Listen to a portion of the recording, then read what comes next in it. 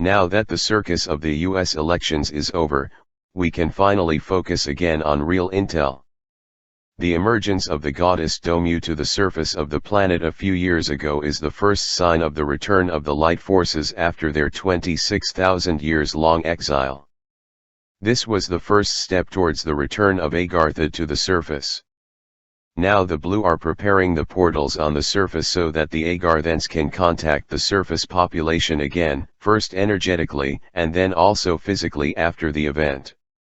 For this purpose, many caves and cave entrances on the surface are prepared in a certain way that will be fully revealed at the event. Many of the caves worldwide were sacred places for various light groups on the surface, and many of them contain goddess vortexes which will be activated at the event. For this purpose, we are actively searching for people who are guardians of such caves or know their location, to contact me at my email address, under this video.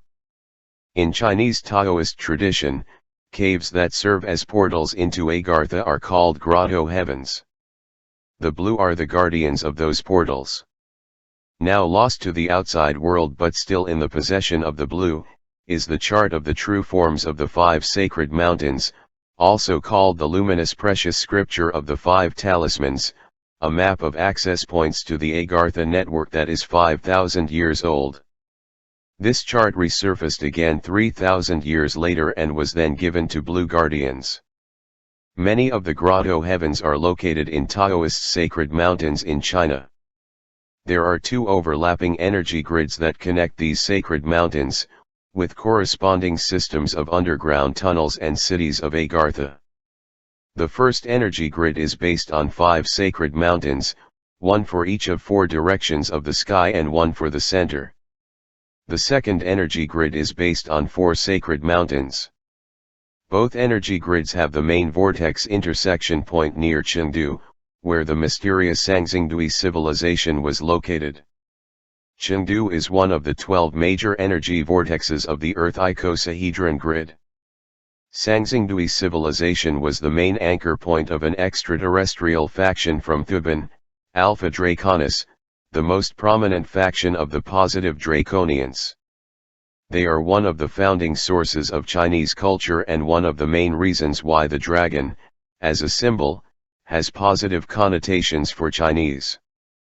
Thuban was a polar star 5,000 years ago when Thuban Draconians descended on Earth, using Chengdu vortex as the entry point. Sangxingdui means 3 stars mound in Chinese, and the 3 stars are Thuban, Antares and Aldebaran. These 3 stars form a very strong energy triangle, Antares and Aldebaran being on one of the main galactic plasma light filaments that allow interstellar travel through portals in this sector of the galaxy. Not far away from Thuban, on the Antares-Aldebaran galactic highway, is the star dubbed He, home of goddess Domyu, which belongs to an ancient humanoid positive civilization living on planets orbiting that star.